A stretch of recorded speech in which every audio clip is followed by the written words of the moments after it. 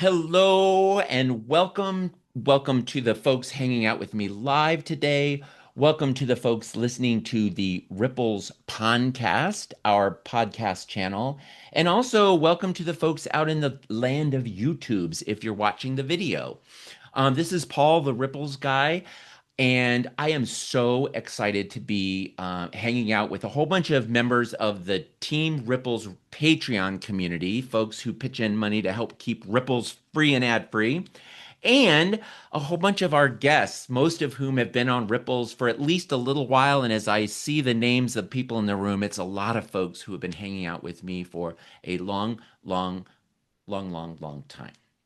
And our topic today is called Anchors for Peace and Hope.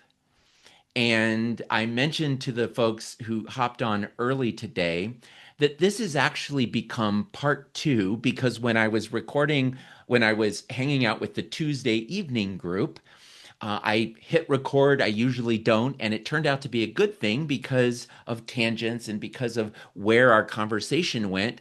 I got through about half the content and said, what if we just save the other half for Thursday and I'll upload both recordings? And that keeps the pace really calm. I see Terry and a couple other folks who were with us Tuesday night here for part two. I promise lots of fresh ideas. I even scrounged up a fresh pebble and boulder. And we'll dive in here by saying, if you're new to our Zoom chat time, we follow the same format as our little weekly Ripples emails, Pebble, Boulder, Ponder. Of course, in the Monday emails, that's two quotes and something to think about for the week. In here, the Pebble is a resource that I found that I'm using in my work or in my life. And the boulder is an activity of some kind, again, that I'm using personally or I'm using professionally. And both of these came to me zippity zip, actually, both of one yesterday and one today, just as I was thinking, oh, should I just repeat the pebble boulder? And then, no, I didn't need to because we have fresh stuff. So let me tell you that the wonderful Sister Joan of Albany, who is in the call today, who I affectionately call Saint Joan of Albany because it sounds like Saint Joan of Arc to me. She turned me on to the Grateful Living folks who have a daily quote. And then every once in a while, she was submitting quotes for Ripples from another newsletter called Friends of Silence. And yesterday's quote was just extraordinary. And I will tell you that normally I drop things during the talk, I drop them into the chat. And I'll tell you what I've done today is I've created a Google Doc and I've created a PDF version of the Google Doc. And at the end of our time together, and also in the email and the Patreon post, you're going to have one little place that you can go in all of the links. But let me read this to you really quick. Yesterday's quote is from Stephen Charleston, and it says, sometimes in this troubled world of ours, we forget that love is all around us. We imagine the worst of other people and withdraw into our own shells. But try this simple test. Stand still in any crowded place and watch the people around you. Within a very short time, you will begin to see love, and you will see it over and over and over. A young mother talking to her child, a couple laughing together as they walk by, an older man holding the door for a stranger. Small signs of love are everywhere. The more you look, the more you will see. Love is literally everywhere. We're surrounded by love. And Friends of Silence, they have a cute little monthly, I believe, monthly paper mailing that they send out, which is kind of cool because then you get mail and that doesn't cost very much to get. And then for free, you can get a daily quote. They do repeat a little bit more. The folks over at Grateful Living are pretty remarkable about sending fresh content. And I've noticed some repeats with Friends of Silence, but you didn't hear that from me. And that is our Pebble. I encourage you to subscribe if you would like. Friends of Silence. The boulder, shut up. I invented something. today. I am so excited by this. Actually, I shouldn't say I invented. I took an email that Sarah of Madison. If I say shared by Sarah of Madison, if you are somebody who notices who has submitted the various quotes in Ripples, shared by Sarah of Madison. Sarah is not a made up person. Sarah is an amazing person. I've known her since, whoa, 1990s when we were both volunteer administrators for nonprofits in Madison, and we met in a professional association. She's a she's just an amazing Ripple finder. She finds really great quotes. She sent an email last week. It's been sitting in my inbox, and it was she pasted a New York Times article from October 25th. So it's pretty recent, and this person, Melissa Kirsch, talked about a gratitude practice that she developed that's sort of a offshoot of a traditional what are three things that you're grateful for practice that she had been doing for a really long time. And she called it what she had a term. No, well, she didn't really have a term for it. I was calling it back tracing. And um I came up with this name for, and I sort of adapted what she did. It's called Reverse Ripples, a gratitude back trail practice. Now, usually when I'm sharing a boulder, it's something I've been doing already. This is something I have not done before, but I'm completely fascinated. Listen, you begin with one small thing that you're grateful for. And if you got here early and did the check in, I invite you to either scroll back or just see if you can remember in your head the one thing that you're grateful for right now. And then follow the ripple backwards. Ask yourself what made that thing possible in your life. So take a second right now and just think back. What was the thing you're grateful for? How did that get there? Was it some person, and if so, how did that person get in your life, or how did that thing get there? And then can you be grateful for that? And then can you say, okay, and how did that person or thing or thought situation come into my life? Where did that come from? And trace it back the next ripple before that. And then can you be thankful for that? And the idea is to go back three, four, five, maybe six, seven, if you know what I mean. Um, And then you finish by savoring the whole set of ripples, the whole stream, the whole back trail. And then I added a fifth bonus step. Quick, pick one person or thing that's in the chain and send a quick text, send a specific thank you out into the universe or out to a person to say, "Hey, I was thinking about you just now," and actually send a ripple in that direction. So that reverse ripples a gratitude back trail practice. I invite you, November's, oh my gosh, shut up. November is going to be here in a couple days. And so if you want to have experiment with the gratitude practice for this November Thanksgiving time, that might be one to do it. Um, that's our boulder. So we've got a pebble, we've got a boulder, and now it's time to dive into our ponder. And I want to tell you that basically this content started once I knew this was what I wanted to talk about for this Zoom call here at the end of 2025 as we think about getting into the holidays. Is I know that sort of like in when we were living in the time of COVIDia, that the waves of hard stuff just kind of keep on coming. And somebody on a post um, put a sign. I don't know how you stay so positive in these hard times, but I'm grateful for it. And I was grateful for the comment, and it caused me to ask myself, well, how do I stay peaceful and hopeful even in these hard times? And so I started keeping a track of anchors, what has been anchoring me. And as I heard myself just say that intro, am I peaceful and hopeful 100% of the time? Absolutely not. I have moments of despair. I don't think daily, but certainly weekly. I have plenty of moments where I am not at peace at all.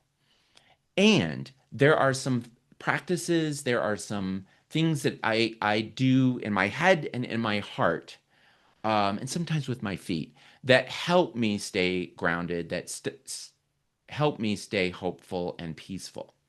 And I spent a nice amount of time developing these 8 steps and putting them in an order that was meaningful. And then when I sort of cut myself up on Tuesday, I was kind of like, oh, well, they don't get to hear. And then I'm like, oh, but they're not going to hear. So I am going to retrace a couple of the things, especially because the first one I can spend just a little bit of time on because almost everyone in this room knows that I believe we got this.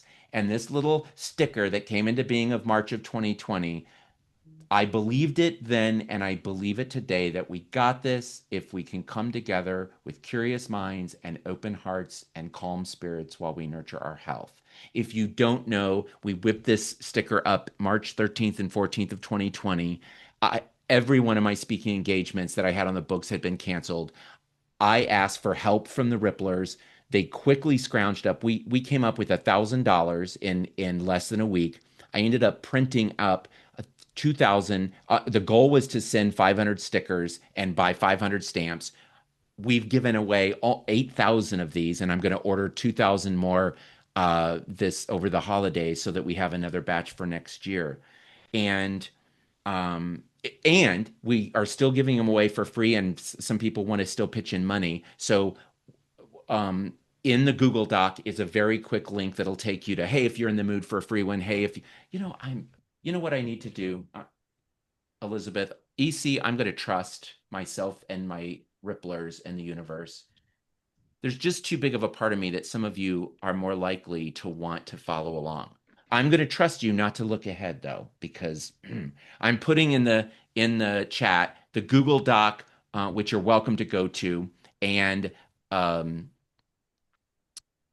the PDF. And I'm sharing both just because sometimes when I open the Google Doc, like immediately some of you start going to it, that it has a limit of how many people can go to it. So the PDF is a fixed document I just uploaded to my website that many people can visit simultaneously. It's the same content. Just don't look ahead. So number one, if you go down to the second page and you click on where it says see nugget number one, and then you can go down to the bookmark, which is a couple pages down to nugget number one. There's just a little link. Click here, and that'll take you to the right place. The number two thing, very quickly, I wanted to share the nugget part of it, and that is because Sally of Nebraska, who is on the call today, helped me, shared this with me. Pharrell Williams was speaking at the beginning of the Grace for the World concert, which, if I remember learning right, was something hosted at the Vatican, a concert a few weeks ago, and it was broadcast apparently. And what Sally sent along to me as a YouTube link of Pharrell Williams, who was hosting, emceeing, and kicked it off with a short talk. I just want to read something that I transcribed it. I got to listen to it over and over again until I got it down to where I thought I grabbed it right. He said, too often, humanity sees difference as danger. We judge before we understand. But grace whispers, wait. And curiosity asks, why? Imagine if instead of saying, you are not like me, we asked, what can I learn from you? Or, what light do you carry that I do not? And maybe, just maybe, on the other side of that question mark is the answer, right there waiting for everyone. Grace makes space. Curiosity leans in, and together they can carry us toward one another. And then he ends by saying, grace and curiosity are not luxuries, they are remedies. Remedies for division, which there's so much of in the world right now. And Sally, thank you so much for sending that. Just about every one of the little nuggets I'm sharing in here, you will hear me say, I found this from a Rippler who sent this in to me. And that's part of what made this so special. Um, so those are two things that I shared a little bit more about on Tuesday. And so now I want to pick up um, with nugget number 6, actually. And I will go to Oh, yes. And the anchor is just this simple line that I wrote down. the foundation of outer peace is inner peace. And that was a conclusion that I drew after an amazing book that was recently shared with me, The Anatomy of Peace. Some of you know Roach Finley. She's, I know from the world of NERSA. Actually, also, she was a student at Central Michigan way back in the day when I was firing up their incoming students. She was an first year student and then a student leader for a couple years. And then I found her again at NERSA, the campus rec folks that I hang out with a lot. And she now has a coaching business and speaking business. And in a study group, she learned about the Anatomy of Peace book that we talked about in the Three Hopes Zoom call this spring. And I actually just have a podcast episode. I did an interview with her, spent an hour talking about the book, The Anatomy of Peace. And so both of those resources are linked in the Google document. But I just wanted to say that there are so many things. If you went to a rally last weekend, one of the No Kings rallies, awesome. If you are on the other side and you went to a different rally in support, that's awesome. If there are things you are doing that you feel are making a difference in the world, keep doing them. That is awesome. There are so many people that are telling me that the actions they're taking or the things that they want to do, number one, they don't feel like they make a big difference, and also they're feeling so um, yuck about the state of things, and they're feeling frazzled. And I can tell you that the curious minds, open hearts, that calm spirit, that third piece of it. I am positive that all the times that I talked about that sticker in little Zooms and in long 1 hour workshop versions that I've been giving, and it's part of so much of the content I still do, is that it is not only possible to find a state of calm, a state of peace inside when there's chaos around, when there's crisis going on. Not only is it possible, but it's really, really helpful. And I would say it can even be essential. And knowing that when you're looking out at a world that does not seem very peaceful, just knowing that the first thing you can do is reach in, and how can you tend to your calm spirit is possible, and it's worth it. And so that was nugget number 6, and I wanted to share. Sorry, that was anchor number 6, confusing internally. I had 8 anchors I wanted to explore, and then I had 8 little nuggets that of little readings and stuff that I wanted to share with you. And oh, and coincidentally, I didn't remember. Coach Roach actually shared this with me a few weeks via email, a few weeks after our Zoom call. She found an amazing video um, that is Mariam Bukhar Hassan, whose label I had not heard of this title, the UN Global Advocate for Peace. She is a poet an activist among many other things, and she wrote and performed this amazing poem called "Peace is a Verb." The YouTube link is in the doc and in the show notes if you're listening to this or watching this later. I just want to read just a small snippet. It's a long poem that is amazing, and she really performs it better than I possibly could. But I wanted to pull out this piece that we used in Ripples a couple weeks ago. I used to think that peace was a place, a final destination we arrive at after all the wars have ended. But I have come to understand that peace is not a line we cross, it's a choice we make over and over and over again, especially when it is the hardest, especially when it feels far away. That was the part we put in Ripples. Let me read just one more stanza. Peace is not found, it is built brick by brutal brick, by hands that once knew how to fight and now choose to hold instead. There was a time we measured strength by how long we could hold a grudge. But now let us measure strength by how long we could hold space for someone else's truth. Because there was a me and a you before there was ever an us. And this part, and I promise I'll stop. If us is broken, then peace is what lets us lay down the shards without aiming at each other's throats. If us is broken, then peace is what lets us lay down the shards without aiming at each other's throats.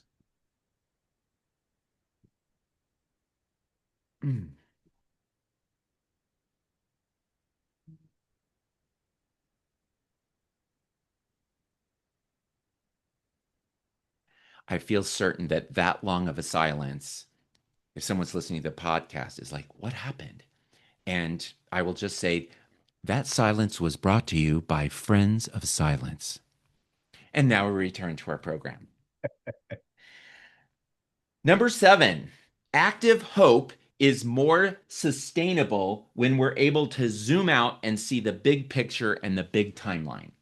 Um, Active Hope is another book. We talked about this in the Three Hopes. It is an incredible book. Joanna Macy, and I can't remember the co-author of that book, is an incredible read. There are podcast episodes, and the book is both in the Google Doc. You can hear me raving about that book. I'm tempted to actually do a study group for the book in 2026 because I think there's enough of us that really want to talk about it. In today's for me, just sharing little anchors of peace. The biggest piece of from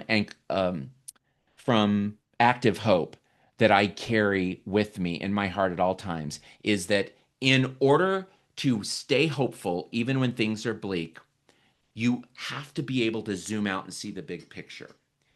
And I feel certain that you all remember this little factoid. At some point, I remember learning that if my span from fingertip to fingertip is represents the entire um, time that the planet Earth has existed, that the amount of time that humans have been on the planet is just like a little scrape of cells from one of your fingertips.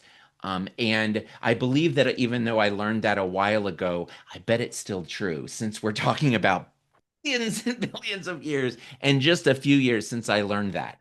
And it has been helpful for me to step back from the news, to step back from is democracy, in peril? Is democracy ending? And the answer to that question for me is I don't know. Maybe, maybe not. Is somebody exaggerating? Is this all going to blow over? I don't know. But I do know that if I zoom out just to the 180,000 or so years that they tell me humans have been organized into civilizations, that once you cut down and say, when did they start having governments? When did they start having democracies? And then how long is this little experiment in democracy known as the US of A? How long has it lasted? That it's a little tiny fragment. And that if it's true that our democracy is coming to an end, that it is going to be uncomfortable, painful, problematic. People are going to hurt. It's going to be bad. And if you zoom out and look very, very consistently, when a system dies, what replaces it is a 2.0, a 3.0, a next version that hopefully gets more things right, and fewer things wrong. And the same thing with the planet. I am one of those folks who is committed to recognizing how human caused climate change is messing up this beautiful place we live, and that we have in some ways run out of time, in other ways we are running out of time to slow things down, to make some changes, to make a difference. And I absolutely know that this planet is going to be just fine. If it's true that in a few decades or a few centuries, we make decisions that make the earth uninhabitable for humans, in an inhospitable environment to us humans, it will keep going on. If we nuclear blast this place to all to bits and submarines, if you haven't seen that article about the life that is coming back at Chernobyl just in a few decades after nuclear annihilation in this one little, or not, sorry, not annihilation, nuclear leak just in one little part of our world. It turns out Jurassic Park, that quote, nature finds a way, is that the planet will heal and the planet will be fine. Does that mean we shouldn't do anything or care about this? Absolutely not. But when our hope is in danger of extinguishing, of becoming extinct, it is true that we've absolutely um, have to zoom out to where we can say, okay, in the big picture, this is going to be okay. And let me go find nugget number 7 before we jump into number 8. Oh, this is so good. Shannon at NWTC, Northeast Wisconsin Technical College. She is a longtime Rippler. I got to hang out with that. I used to hang out and fire up incoming students there. And then in the middle of the pandemic times, I got to hang out with them on Zoom and then in person, the faculty and staff there. And she texted, or sorry, she emailed me an image that one of her students had texted her that she really liked. And when I saw it, it went right on my computer for a couple days. And then when I was compiling nuggets for this session, um, I knew I wanted to share it with you. And I'll start by saying the first line is quoting, "No one is coming to save you." And I'll tell you quickly that there's a good chance you've seen some memes out there or quotes. There's a couple popular quotes where the gist of the quote is, no one's coming to save us. No one's coming to save you. And it's trying to make a point in some cases that we are the people that need to step up and help ourselves, that we're waiting for somebody else to come solve the problems and we need to be part of the solution. And I think that that is a useful point. And there are some versions of it that is more saying, look, things are bleak, things are horrible, and we have to face the reality that no one's coming. And so this was one person. Unfortunately, I looked and looked to try to find a source for this, and I cannot find a source. No one is coming to save you. I disagree. I believe that many people, made up of many small moments, come to save pieces of you, even if just briefly. The mentor who believed in you, the friend who said they're proud of you, the family member who makes you laugh, the random person who held the door for you out of nothing but kindness, the teacher who took extra time to help you understand, the person who smiled at you when you walked into a store, the little kid that looked up to you, the person who randomly complimented you. Being saved isn't about being whisked away and all your hardships gone. It's about the people and things that remind you that life is not all hardships. It is kindness, it is love, it is gentleness, it is softness, it is care, it is thoughtfulness. It is many moments made up of a lifetime that keeps you going and showing you the world is still beautiful and always will be. Two things can be true at once. Life can be awful and life can be awesome. And building a container or finding a container that allows us to see both. I think if all of these anchors and peace are all we focus on, it becomes toxic, unhelpful, unrealistic, false hope or blind hope or wishful thinking. When we can build a container that allows us to see the awful, look at it for long enough that we're not ignoring it, and then looking away and saying, where in the room can I look to find the hope? That's how we do this. I'm going to squeeze in one more before we work on wrapping up. And again, we're still over on the hope side of things. Clear-eyed hope is always better than despair, always. That was my line, but it was completely inspired by the book How to Be an Anti-Racist by Ibram Kendi that Ibram Kendi wrote and published. And I read in the summer of 2020 when we were on top of a global pandemic dealing with a whole bunch of racial strife as we dealt with yuck, yuck, yuck, yuck, and a lot of folks who were so tired of all the yuck in our country relating to race. And the book How to Be an Anti-Racist, I highly recommend it if you're not familiar with the book. It tells the story of a man, Ibram Kendi, and his journey along with his parents' journey of becoming anti-racist and what that means. And he also, it's a history of the US mostly in the 20th century about how things were unfolding and into the 21st century. And I don't want to say too much because there's some kind of unexpected twists and turns, but he faces some personal crises and at one point gets a cancer diagnosis that the outcome is very, very bleak. And he made a conscious decision to remain hopeful, even though lots of people were saying that he was being unrealistic.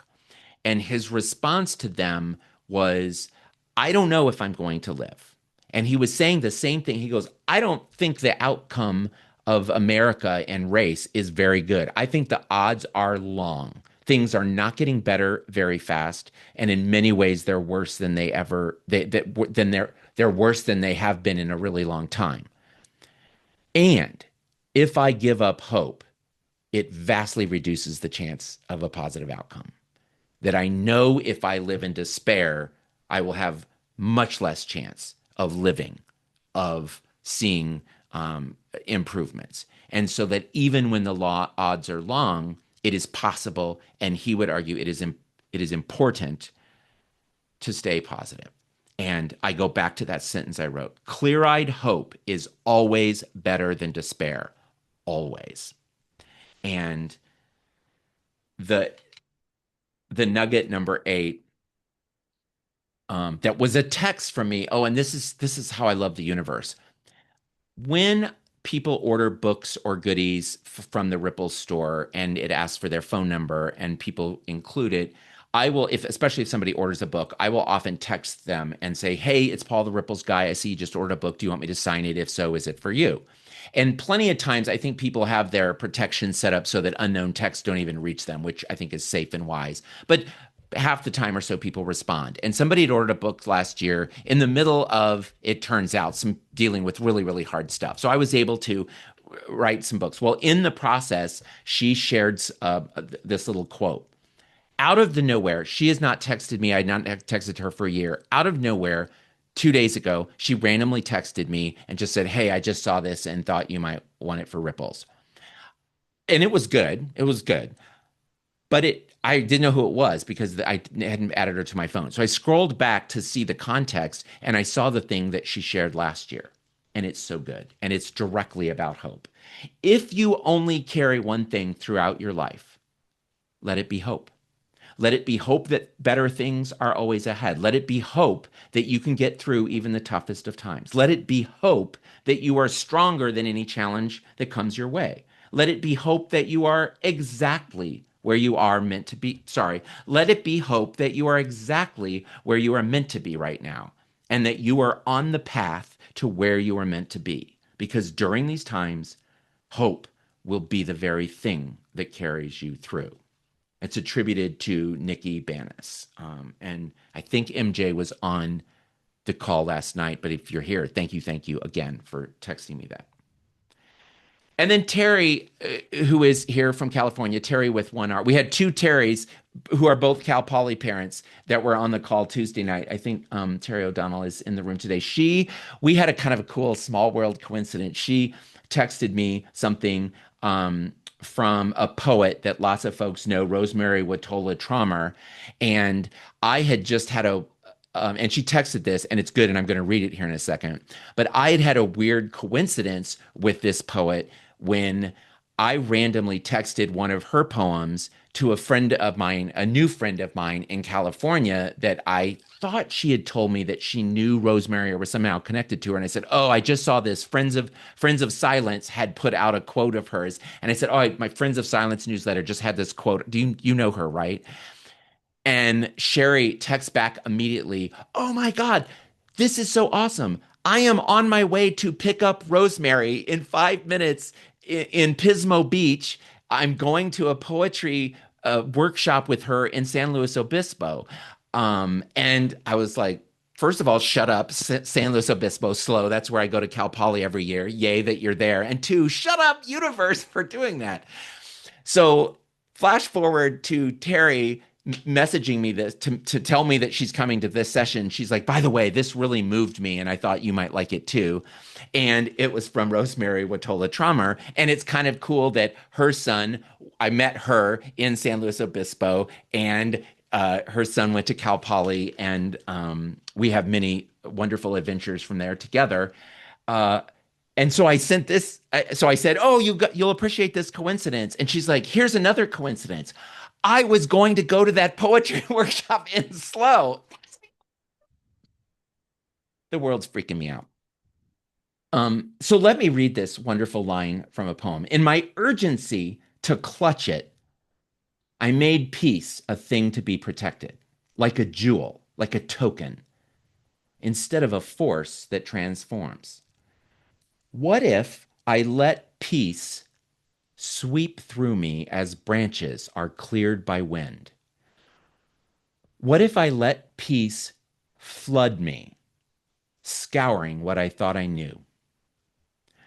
What if, no matter how hard I tried to capture it, peace slipped through my grasp like mist, like rain, like time? If I trusted an ever present peace as much as I trust ever present chaos, who would I be then?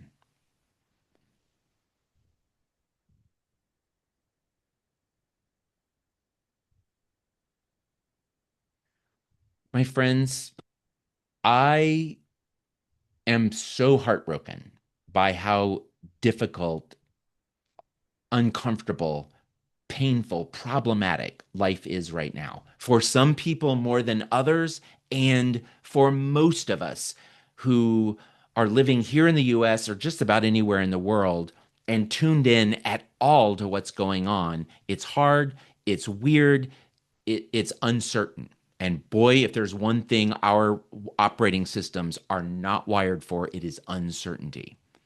I don't know how much worse things are going to get. I don't know when they're going to start getting better. I guess I technically don't know if things are going to get better. I do know this. The talk I just gave you would not have been possible without many, many, many people contributing ripples, contributing the very content that I shared with you, contributing quotes for the Ripples newsletters. I am absolutely convinced that one of the wisest things I did when I started Ripples back in January of 1999 is that it was always dependent upon other people helping me find content. Because I was a little nervous about committing to a weekly newsletter. And I said to the first 75 people, I will keep sending this out for free as long as you keep helping me find content. And from even the very first ripples, I had pulled stuff that people had shared with me. And every week since, pebbles from somebody, boulders from somebody. And 1,300, and I think 80 is next Monday. Um, that's a lot of people. And sometimes I love that you gave me the nickname Ripples Guy. I was not the Ripples Guy until 10 years into Ripples. And I'm honored to be the Ripples Guy. We just have to remember that Ripples is not from the Ripples Guy. I'm the coordinator, I'm the facilitator, I'm the channel. And I am not peaceful all the time. I am not hopeful all the time. I am able to come back to peace, and I am able to come home to hope because of so many of you, because of so many other people that I encounter out in the world.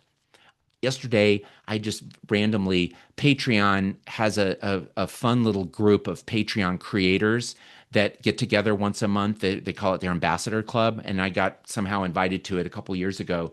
And one of my favorite things about it is they have this random matching. You can go on a coffee date where they just randomly throw together every month whoever wants to have a coffee date with another, a virtual coffee date with another creator. And I spent an hour yesterday with the most remarkable guy. His name is David. His specialty, his thing is escape rooms.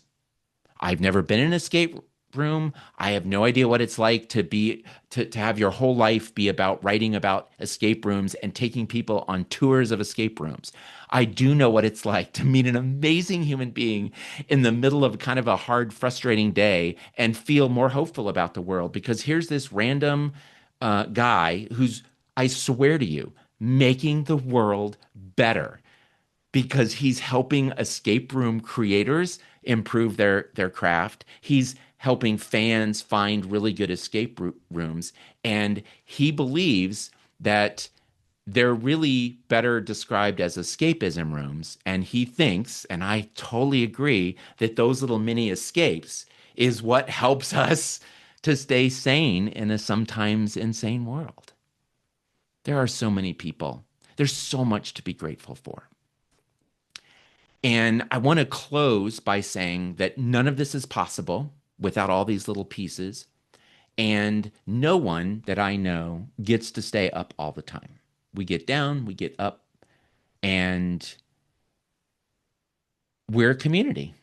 If you showed up to your very first Zoom call, thank you so much. If somebody told you about this and you'd never even heard of Ripples, shut up. That's awesome. We love having you here. If all you do ever is attend this one thing, you've made a difference and you're part of the Ripples community for as long as you imagine you want to be. And while I have set a goal for sending out Ripples all the way to Ripples number 2000 in September 21st of 2037, um, I do know that for each one that I send out, it is a wonderful opportunity to come home to peace, to come home to hope. Thank you for spending time with me. And as always, peace.